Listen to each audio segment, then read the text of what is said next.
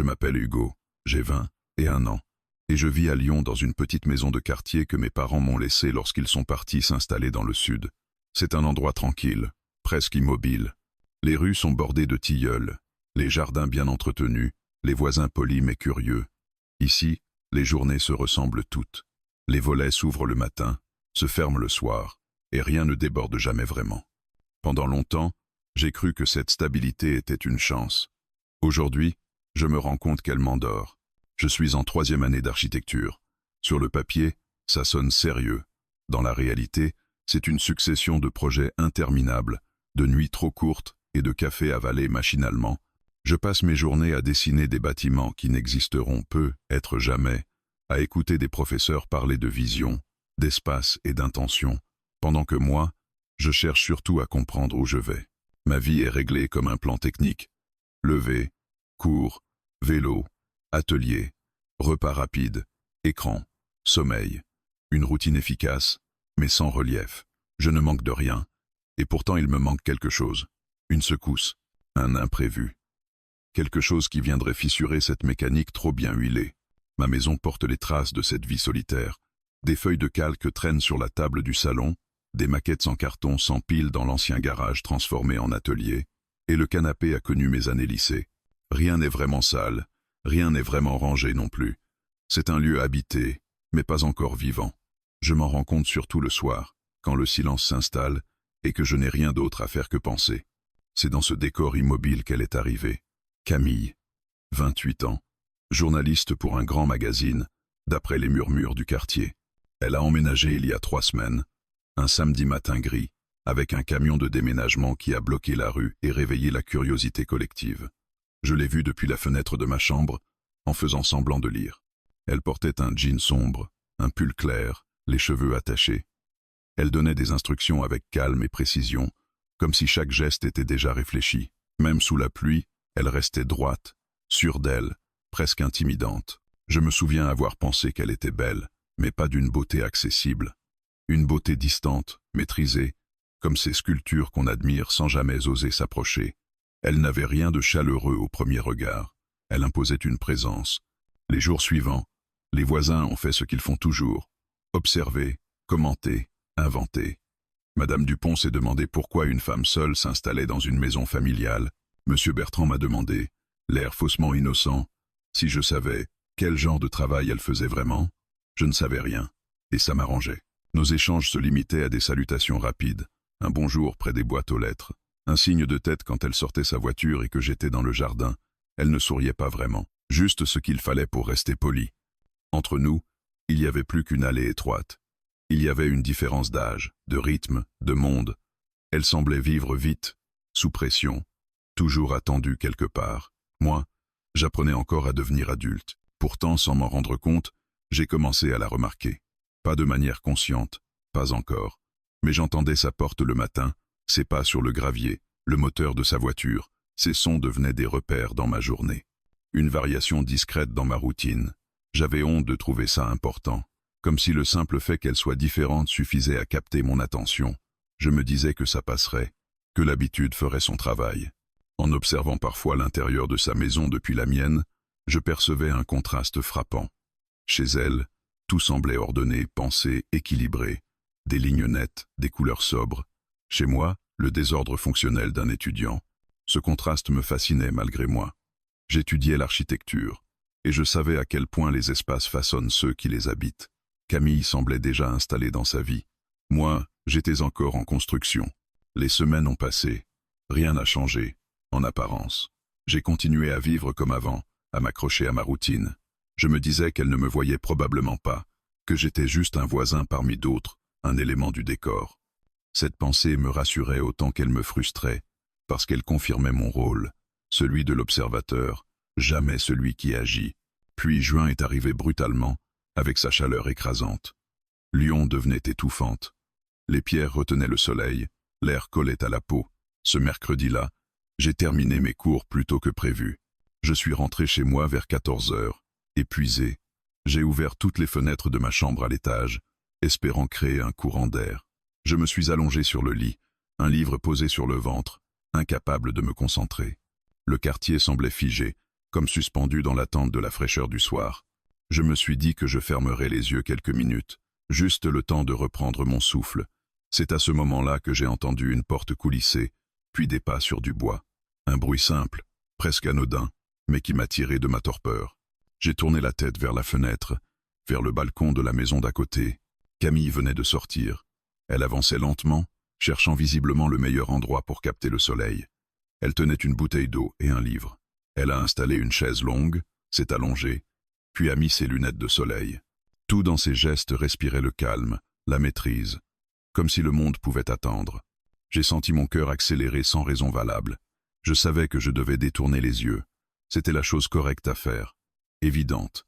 Mais je suis resté là, immobile, et je n'ai pas détourné les yeux. Pas sincodé. Je suis resté allongé sur mon lit, immobile, le livre toujours posé sur mon ventre, mais je n'en lisais plus une ligne. Toute mon attention était tapée par le balcon d'à côté.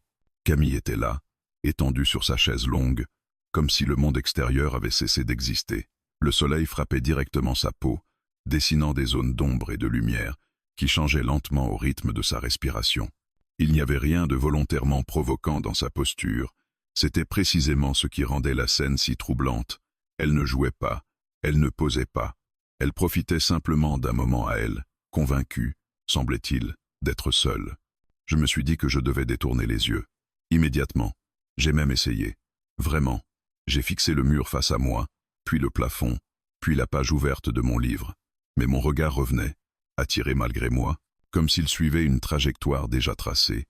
Chaque fois que je tentais de m'en détacher, quelque chose me ramenait à elle. Une curiosité que je n'arrivais pas à nommer, une tension silencieuse, presque physique. Je me sentais idiot, presque honteux. Je n'étais plus un enfant, je savais très bien ce que je faisais, et pourtant, une partie de moi cherchait à se justifier. Elle était sur son balcon, en plein jour. Rien n'était interdit, rien n'était caché. Je ne faisais que regarder. Cette pensée me rassurait juste assez pour rester là, figé, à observer une scène qui ne m'était pas destinée. Camille tournait les pages de son livre avec lenteur. De temps en temps, elle attrapait sa bouteille d'eau, buvait quelques gorgées, puis reposait le bras le long de la chaise. Ses gestes étaient calmes, presque méditatifs. Rien à voir avec l'image de la femme pressée que je croisais habituellement le matin. Ici, elle semblait ailleurs, déconnectée, plus réelle, paradoxalement. Le temps s'étirait. Je ne savais plus depuis combien de minutes je la regardais. Peut être 5, peut être 15. Le silence du quartier était seulement troublé par le bourdonnement lointain de la ville et le chant monotone des insectes. J'avais l'impression d'assister à quelque chose d'intime, non pas parce que c'était interdit, mais parce que c'était involontaire, comme si j'avais entrouvert une porte qui ne m'était pas destinée. Je sentais mon cœur battre plus vite, sans comprendre pourquoi. Il n'y avait pas d'urgence, pas de danger, juste cette sensation étrange d'être trop présent, trop conscient de chaque détail, la courbe de son bras, la manière dont sa poitrine se soulevait doucement, le soleil qui glissait lentement sur sa peau. J'essayais de me convaincre que ce n'était qu'un moment banal, que dans une heure je n'y penserais plus. Mais je savais déjà que ce serait faux. Puis, sans prévenir, elle a bougé différemment. Camille a refermé son livre et l'a posé sur le sol, à côté de la chaise longue. Elle a retiré ses lunettes de soleil et a cligné des yeux, comme si la lumière était trop forte. Ce geste simple a suffi à me figer complètement. Sans les lunettes, son visage me semblait soudain plus proche, plus lisible. J'ai retenu ma respiration sans m'en rendre compte. Elle a tourné la tête, pas brusquement, pas comme quelqu'un qui surprend un regard. Non, lentement, naturellement, comme si elle suivait une intuition. Et son regard est venu se poser exactement là où je me trouvais, sur ma fenêtre. Sur moi, le temps s'est contracté brutalement. J'ai senti une chaleur me monter au visage, un mélange de panique et de honte. Pendant une fraction de seconde, j'ai eu l'impression d'être pris en faute, comme un adolescent surpris dans une mauvaise action. Mon premier réflexe a été de détourner les yeux, de me redresser, de faire semblant de lire, mais quelque chose m'en a empêché. Nos regards se sont accrochés. Je ne saurais pas dire combien de temps cela a duré. 1 seconde, 2, peu, être plus. Tout ce que je sais, c'est que cette fraction de temps m'a paru démesurément longue. Elle ne semblait ni surprise, ni agacée. Elle ne fronçait pas les sourcils. Elle ne cherchait pas à se couvrir. Elle me regardait simplement, calmement, intensément. Je me sentais exposé, déshabillé, presque. comme si c'était moi, soudain, qui me retrouvais sous le soleil, incapable de me cacher. Mon cœur battait si fort que j'en avais presque mal à la poitrine. J'étais partagé entre l'envie de disparaître et celle, absurde, de soutenir son regard. Et c'est ce que j'ai fait. Je ne me suis pas détourné. Je ne sais pas pourquoi. Peut être par orgueil, peut être par surprise, peut être parce qu'une part de moi voulait savoir ce qui se passerait si je ne fuyais pas. Camille a continué à me regarder, sans ciller. Puis, très légèrement, le coin de ses lèvres s'est soulevé. Pas un sourire franc, plutôt quelque chose de discret, presque imperceptible. Un signe minuscule, mais suffisant pour faire basculer quelque chose en moi. Elle savait. Cette pensée m'a traversé l'esprit avec une clarté effrayante. Elle savait que je la regardais, et elle ne semblait ni choquée ni offensée. Au contraire, son regard n'avait rien de réprobateur. Il était calme, assuré, comme si la situation lui appartenait. Puis, sans dire un mot, elle a remis ses lunettes de soleil. Elle a attrapé son livre et s'est redressée sur sa chaise. Le moment s'est refermé aussi simplement qu'il s'était ouvert. Elle s'est levée, a pris ses affaires et a quitté le balcon, disparaissant à l'intérieur de sa maison. Je suis resté là, immobile, longtemps après qu'elle soit partie. Le silence me paraissait soudain plus lourd, le soleil plus agressif. J'avais l'impression d'avoir été traversé par quelque chose que je ne comprenais pas encore. Je me suis finalement redressé, le cœur toujours agité, et j'ai refermé la fenêtre d'un geste sec, comme si cela pouvait effacer ce qui venait de se produire. Mais rien ne s'effaçait. Je me sentais différent, pas excité, pas heureux, plutôt troublé, comme si une frontière invisible venait d'être franchie, sans retour possible. Ce regard échangé avait laissé une trace, une question suspendue dans l'air. Depuis quand savait-elle que je la regardais? Et surtout, pourquoi n'avait-elle rien fait pour m'arrêter? Je me suis levé, j'ai fait quelques pas dans la chambre, incapable de me calmer. Une certitude s'imposait lentement à moi, dérangeante et claire à la fois. Ce moment n'était pas un accident. Et, d'une manière ou d'une autre, Camille venait de me faire comprendre que ce jeu silencieux ne faisait que commencer. Après sa disparition du balcon, je suis resté un long moment sans bouger. La fenêtre fermée n'avait rien changé. L'image de Camille retirant ses lunettes de soleil, ce regard calme posé sur moi, continuait de se rejouer dans ma tête avec une précision presque cruelle. Ce n'était pas un souvenir flou, c'était net, ancré, comme une photographie mentale que je n'arrivais pas à froisser. J'ai essayé de reprendre le fil de ma journée, de me convaincre que tout cela n'avait aucune importance. Mais quelque chose s'était déplacé en moi. Une certitude inconfortable avait remplacé la curiosité innocente des jours précédents. Elle savait. Ce simple constat me troublait plus que je ne voulais l'admettre.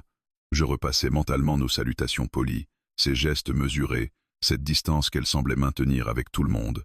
Était-ce un masque depuis le début? Avait-elle remarqué mes regards bien avant cet après-midi-là?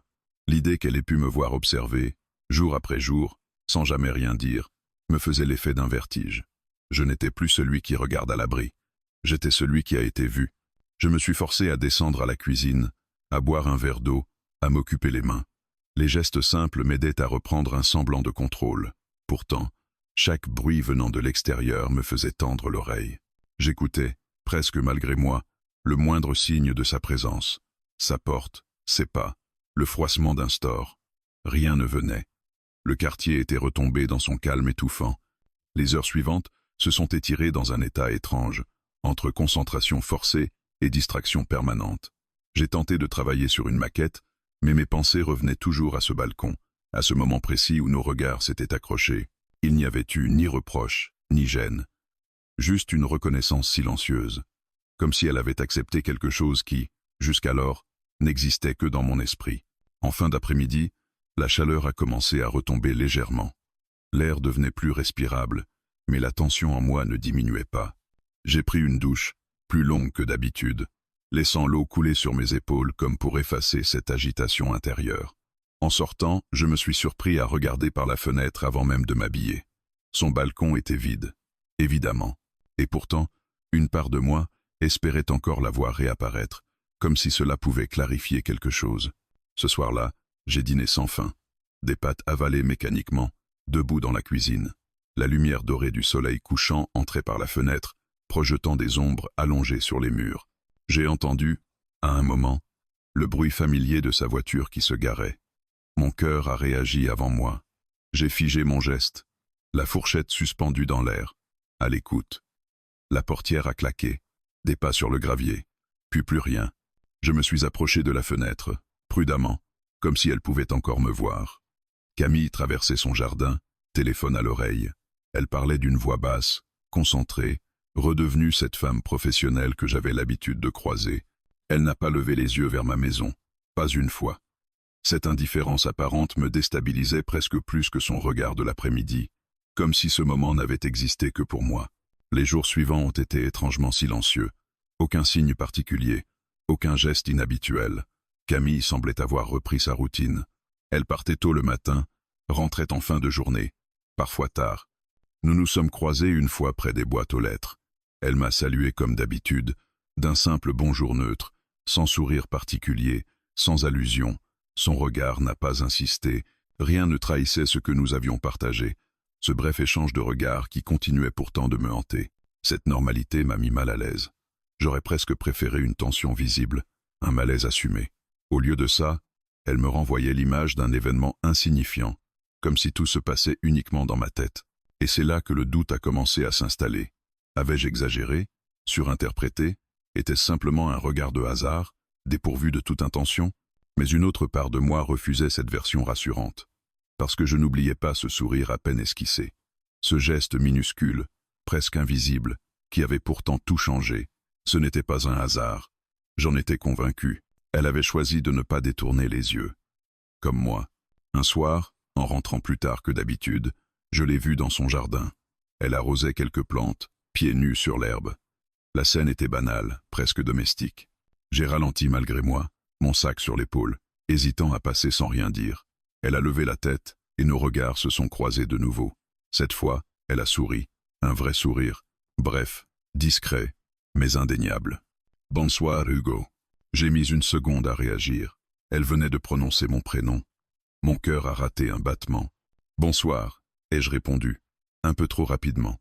Elle a hoché la tête, comme si c'était la chose la plus naturelle du monde, puis a repris ce qu'elle faisait.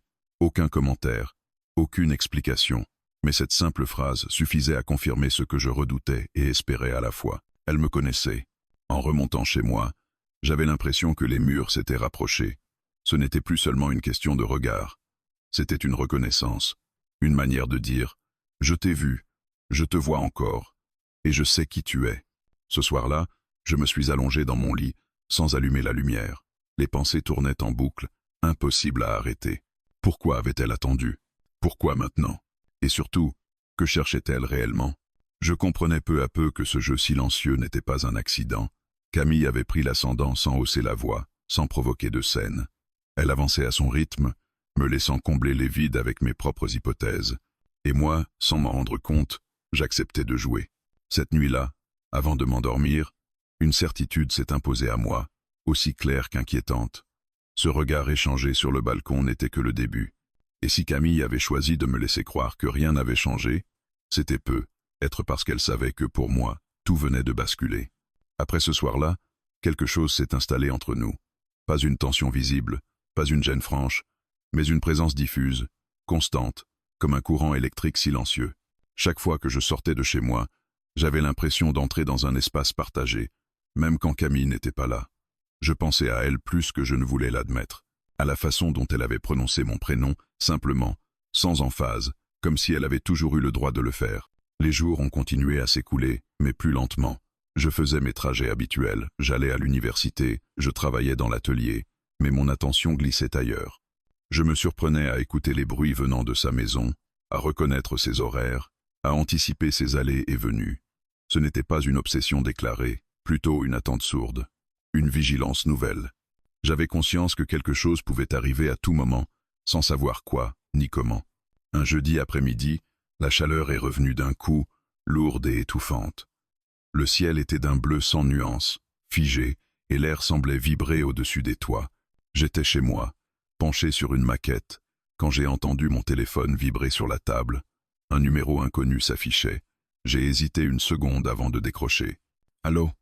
Il y a eu un léger silence à l'autre bout du fil, puis une voix que j'ai reconnue immédiatement. « Hugo ?» C'est Camille. J'ai senti mon estomac se contracter. Elle venait de confirmer ce que je redoutais et attendais à la fois. Elle savait comment me joindre. Je ne lui avais jamais donné mon numéro. Oui. Bonjour, ai-je répondu. Un peu trop bas. Désolé de t'appeler comme ça, sans prévenir, a-t-elle poursuivi avec un calme déconcertant. J'espère que je ne te dérange pas. Je me suis redressé, comme si elle pouvait me voir. Non, pas du tout. Elle a marqué une courte pause. J'imaginais son regard concentré, évaluant chaque silence. J'aurais besoin d'un petit service. Rien de compliqué. Et tu es la seule personne que je connaisse vraiment ici. Le mot vraiment a résonné étrangement. J'ai accepté sans réfléchir. Bien sûr. Dis-moi. Elle m'a expliqué qu'une lourde jardinière s'était renversée sur son balcon en essayant de la déplacer pour créer de l'ombre. Rien de grave, mais trop encombrant pour elle seule. Elle m'a demandé si je pouvais passer l'aider. Juste quelques minutes. Sa voix était neutre, presque professionnelle. Pourtant, je sentais derrière cette demande quelque chose de plus précis, de plus intentionnel. La porte-fenêtre est ouverte, a-t-elle ajouté. Monte directement. Quand j'ai raccroché, j'ai réalisé que mon cœur battait beaucoup trop vite pour une simple jardinière. J'ai regardé autour de moi, soudain conscient de mon t-shirt froissé, de mes cheveux en bataille. J'ai hésité, puis j'ai décidé de ne rien changer, comme si faire un effort aurait rendu la situation trop réelle. Je suis sorti dans la chaleur aveuglante, j'ai traversé l'allée étroite qui séparait nos deux maisons, et je suis entré dans son jardin. Tout y était parfaitement entretenu. Une pelouse nette, quelques fleurs discrètes, rien de superflu. L'intérieur de sa maison était fidèle à ce que j'avais imaginé. Frais, ordonné, silencieux, une atmosphère maîtrisée, presque apaisante. Je suis monté à l'étage, attiré par la lumière du balcon. Camille était là, debout près de la jardinière renversée. Elle portait une tenue simple, légère, adaptée à la chaleur. Rien d'excessif. Pourtant, sa présence suffisait à remplir l'espace. « Merci d'être venu », a-t-elle dit en se tournant vers moi. Son regard s'est posé sur mon visage, avec une attention tranquille. Elle ne semblait ni gênée, ni pressée, comme si cet instant était exactement à sa place. Nous avons déplacé la jardinière en silence. Je sentais sa proximité, le moindre de ses gestes, sans oser la regarder directement.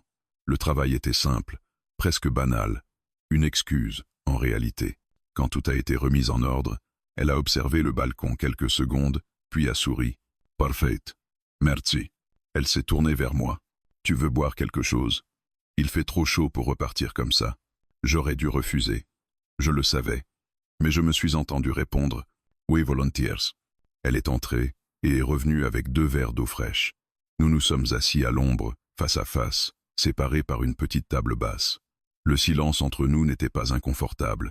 Il était dense, chargé de tout ce qui n'était pas dit. « Tu vis ici depuis longtemps ?»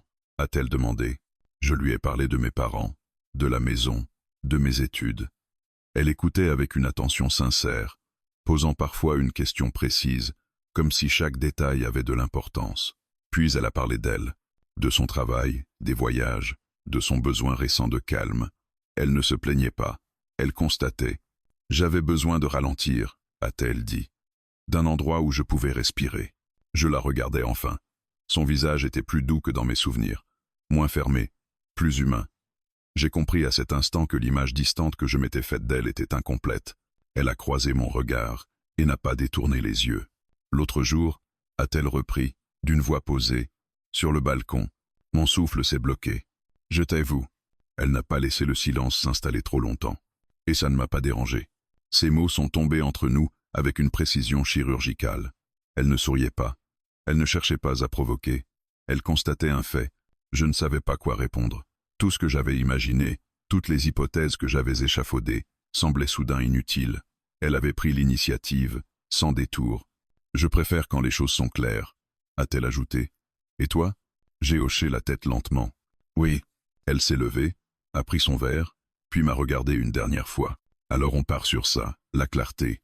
Je suis reparti quelques minutes plus tard, troublé, le cœur encore agité.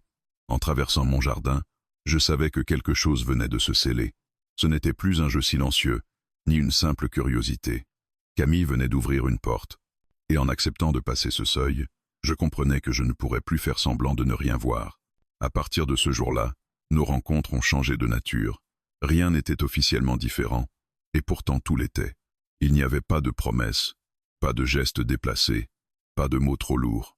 Seulement une continuité nouvelle, comme si une ligne invisible avait été tracée entre nos deux maisons et que nous avions décidé, sans nous consulter, de marcher dessus avec précaution. Camille et moi nous croisions désormais autrement. Les salutations n'étaient plus automatiques. Elles étaient chargées d'une intention muette, d'un accord tacite que nous étions les seuls à comprendre.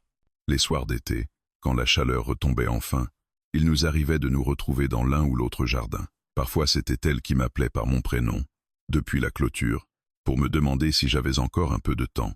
Parfois c'était moi qui m'approchais, sous un prétexte banal. Un verre d'eau, une plante à arroser, un outil à prêter, des excuses simples, presque ridicules, mais suffisantes pour nous rapprocher sans avoir à l'avouer. Nous parlions de choses ordinaires, de mon université, de ses reportages, des voisins trop curieux, de la chaleur qui rendait les nuits difficiles. Mais derrière chaque phrase, il y avait autre chose, un silence qui durait une seconde de trop, un regard qui s'attardait, une question qui n'était jamais posée jusqu'au bout. Je sentais que Camille contrôlait le rythme, qu'elle choisissait quand avancer et quand s'arrêter. Et moi, je suivais, conscient de perdre peu à peu cette distance confortable qui m'avait toujours protégé. Je commençais à comprendre que ce qu'elle installait n'était pas une séduction évidente. C'était plus subtil, plus déroutant. Elle ne cherchait pas à me rassurer ni à me provoquer ouvertement. Elle me laissait combler les vides moi-même, m'obligeant à examiner mes propres pensées. Chaque fois que je rentrais chez moi après l'avoir quittée, je repassais nos échanges dans ma tête, analysant chaque mot, chaque pause. C'était épuisant et grisant à la fois. Un soir, alors que nous étions assis sur des chaises de jardin dépareillées, elle m'a demandé, presque distraitement, « Tu réfléchis beaucoup, non ?» J'ai souri, surpris. « Ça se voit tant que ça ?» Elle a haussé les épaules. « Disons que tu as toujours l'air de retenir quelque chose. » Je n'ai pas répondu. Elle n'a pas insisté. Elle savait déjà. Cette façon qu'elle avait de poser une phrase puis de me laisser seul avec m'atteignait, plus que n'importe quelle question directe. Je commençais à me sentir observé, évalué, presque mis à l'épreuve. Pas par méchanceté, par curiosité, comme si elle cherchait à comprendre jusqu'où j'étais prêt à aller, sans qu'elle ait à me pousser. Les jours passaient, et cette tension douce s'installait dans mon quotidien. Je pensais à elle en travaillant, en pédalant jusqu'à l'université, en me couchant le soir. Je me demandais ce qu'elle faisait, si elle pensait à moi de la même façon, et surtout, ce qu'elle attendait réellement. Car je sentais bien que cette situation ne pouvait pas rester éternellement suspendue. Quelque chose devait finir par se rompre. Un dimanche après-midi, la chaleur était si forte que le quartier semblait désert. Camille m'a appelé depuis son jardin. Elle avait installé une petite table à l'ombre et préparé une carafe d'eau citronnée. Rien d'extraordinaire. Pourtant, l'atmosphère était différente. Plus intime, plus calme aussi. Nous étions assis face à face, les voix basses, comme si le reste du monde n'existait plus. À un moment, elle a posé son verre et m'a regardé longuement. « Dis-moi, Hugo, si je ne t'avais rien dit l'autre jour, est-ce que tu aurais continué à me regarder ?» La question m'a pris de court. J'ai senti mes joues chauffer. « Nessa espace. La souris document. » Tu sais très bien, ce n'était pas un reproche, pas un piège, juste une invitation à l'honnêteté. J'ai pris une inspiration. « Oui, probablement. » Elle a hoché la tête, comme si cette réponse confirmait quelque chose d'important. « Alors on est d'accord. » « D'accord sur quoi ?» Elle a penché légèrement la tête. « Sur le fait qu'il y a quelque chose ici, et qu'on n'a pas besoin de faire semblant de ne pas le voir. » Ces mots ont résonné longtemps en moi. Il n'y avait toujours rien de concret, rien de défini. Mais pour la première fois, elle mettait des mots sur ce qui flottait entre nous, pas pour l'expliquer, mais pour l'assumer. Je me sentais à la fois soulagé et inquiet. Soulagé de ne plus être seul avec mes pensées, inquiet de ce que cela impliquait. À partir de là, les silences ont changé de texture.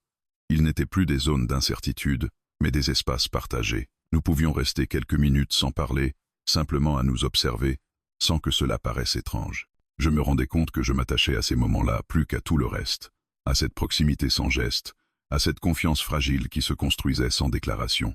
Un soir, en me raccompagnant jusqu'à la clôture, Camille s'est arrêtée. « Tu sais, a-t-elle dit, les choses les plus intéressantes sont souvent celles qu'on ne nomme pas trop vite. » Je l'ai regardée. « Tu penses qu'on devrait attendre ?»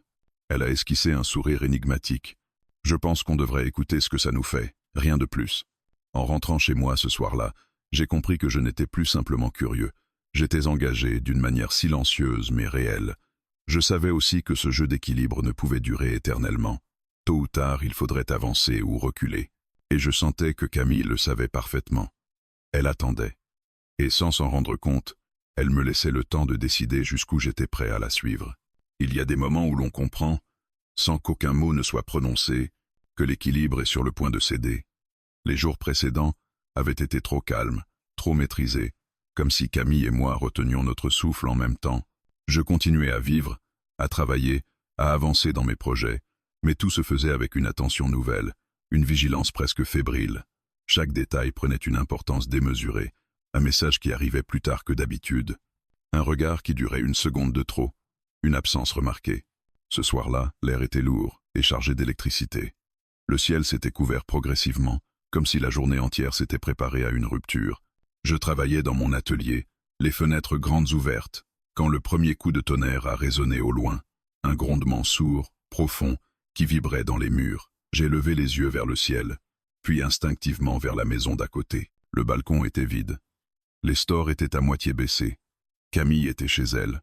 La pluie a commencé à tomber sans prévenir. Violente, dense, comme une libération. Les gouttes frappaient le sol avec une force presque agressive. Je me suis approché de la fenêtre, fasciné par la rapidité avec laquelle le quartier s'était transformé. Les jardins, d'ordinaire si sages, semblaient soudain sauvages, indomptés. Le monde se rétractait autour de ce bruit constant, enveloppant. C'est à ce moment-là que j'ai entendu frapper à ma porte. 3 coups, net, décidé.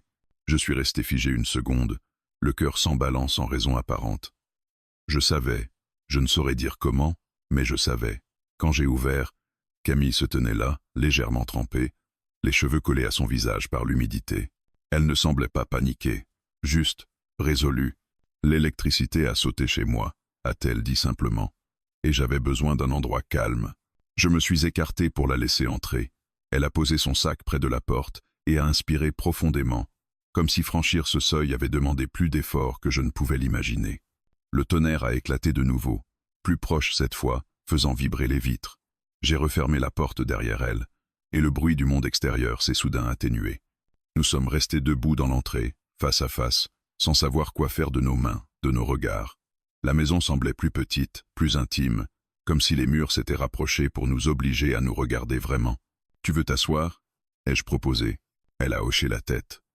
Nous nous sommes installés dans le salon, éclairés uniquement par la lumière changeante de l'orage. Je lui ai tendu une serviette. Elle l'a acceptée, essuyant lentement ses bras, ses cheveux. Chaque geste était simple, mais chargé d'une gravité nouvelle. Il n'y avait plus d'échappatoire possible, plus de jardin, plus de clôture, plus de distance protectrice. Je ne voulais pas que ça arrive comme ça, a-t-elle dit après un long silence. Je l'ai regardée, surpris. Arriver comment. Elle a levé les yeux vers moi. Son regard était clair, direct, sans jeu cette fois, comme si on n'avait plus le choix. Ces mots ont résonné en moi avec une force inattendue. Elle avait mis le doigt exactement là où je n'osais pas aller. Depuis le début, nous avancions à pas mesurés, convaincus que la retenue nous protégeait. Mais la vérité était là, évidente. Nous avions déjà choisi, chacun à notre manière. On a toujours le choix, ai-je répondu, même si je sentais que cette phrase sonnait creux. Elle a souri, un sourire fatigué. Pas quand on fait semblant trop longtemps. Le tonnerre a grondé de nouveau, plus violent. La pluie battait contre les vitres avec une intensité presque hypnotique. Camille a posé la serviette à côté d'elle et s'est légèrement tournée vers moi. « Je ne suis pas venu pour me cacher de l'orage », a-t-elle repris. « Je suis venu parce que je ne voulais plus faire comme si rien ne se passait. Mon cœur battait trop fort. Je sentais chaque pulsation dans mes tempes. Il n'y avait plus de place pour l'analyse, pour les scénarios imaginaires. Juste ce moment, brut, inévitable. Moi non plus, ai-je murmuré. Elle a pris une inspiration, puis s'est rapprochée légèrement. Pas assez pour me toucher, juste assez pour réduire l'espace entre nous à quelque chose d'essentiel. Alors dis-moi, a-t-elle dit doucement, qu'est-ce que tu ressens vraiment? La question m'a frappé de plein fouet. J'avais passé des semaines à réfléchir, à interpréter, à attendre, et pourtant, formuler la réponse me semblait soudain terriblement difficile. J'ai fermé les yeux un instant, puis je les ai rouverts. Je me sens réveillé, ai-je dit. Comme si tout ce que je faisais avant n'était qu'une attente. Et en même temps, j'ai peur. Peur de mal faire, de me tromper, de briser quelque chose. Lee? Elle m'a écouté sans m'interrompre, hochant lentement la tête. C'est exactement ça, a-t-elle répondu. Moi aussi. Elle s'est levée et a fait quelques pas dans la pièce, comme pour rassembler ses pensées. Puis elle s'est arrêtée devant la fenêtre, observant la pluie. « Je n'ai pas envie de jouer, » a-t-elle dit. « Je n'ai pas envie de demi-mesure. Si on continue, ce sera parce qu'on accepte ce que ça implique. Les regards, les questions, l'incertitude. » Je me suis levé à mon tour, me tenant à quelques pas d'elle. « Et si on n'est pas prêt ?» Elle s'est retournée. « Alors il vaut mieux s'arrêter maintenant. » Ces mots étaient une porte ouverte et une menace à la fois. J'ai compris que c'était le point de non-retour, celui que nous avions évité jusqu'ici. Le silence qui a suivi était lourd, chargé de tout ce qui pouvait être gagné ou perdu. Je me suis avancé d'un pas. « Je ne veux pas m'arrêter. » ai-je dit simplement. Camille m'a regardé longuement. Puis, sans précipitation, elle a réduit la distance entre nous. Il n'y avait plus d'ambiguïté, plus de stratégie. Juste une décision partagée. Quand elle a posé sa main sur mon bras, le contact a été d'une douceur presque déroutante. « Alors, on assume » a-t-elle murmuré. Nous sommes restés là, proches, sans nous embrasser, sans gestes inutiles. Ce n'était pas nécessaire. Tout avait déjà été dit. L'orage s'éloignait peu à peu, laissant derrière lui un silence apaisé, presque fragile. Je savais que rien ne serait simple à partir de maintenant, que ce choix allait nous engager bien au-delà de ce soir. Mais pour la première fois depuis longtemps, cette perspective ne me faisait pas reculer. Elle me donnait envie d'avancer,